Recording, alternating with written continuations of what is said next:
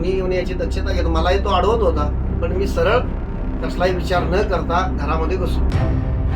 तर त्या ठिकाणी असणारी जी माणसं होती ती अतिशय विक्षिप्त पद्धतीची कसाईसारख्या दिसत होती. परिस्थिती अतिशय मला भीतीदायक वाटत होती. कोल्हापुरात नरबळीचा प्रकार उघडकीस. नरबळीसाठी खणला होता 4 फूट खड्डा. रात्रीच्या अंधारात पूजा आणि इतर धार्मिक विधी होतात चालू. सरपंच आणि नागरिकांच्या प्रसंग सावधानामुळे टळला अनर्थ.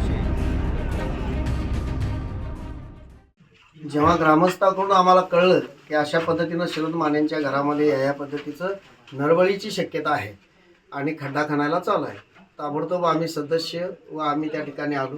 बघितलं तर त्या ठिकाणी असणारी जी माणसं होती ती अतिशय विक्षिप्त पद्धतीची कसाईसारख्या दिसत होती. त्यांचे तंत्रमंत्र विद्याचे कामकाज चालू होतं.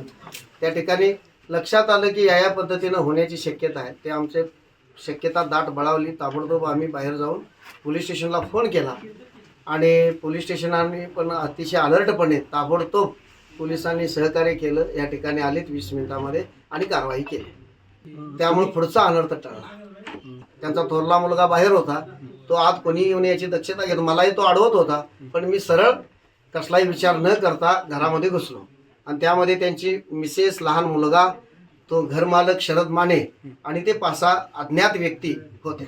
तुम्ही घरात आल्यानंतर त्यांच्याबरोबर काय बातचीत काय झाली?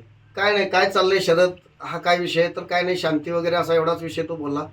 आणि मग मी तिथून निघालो, कारण परिस्थिती अतिशय मला भीतीदायक वाटत होती.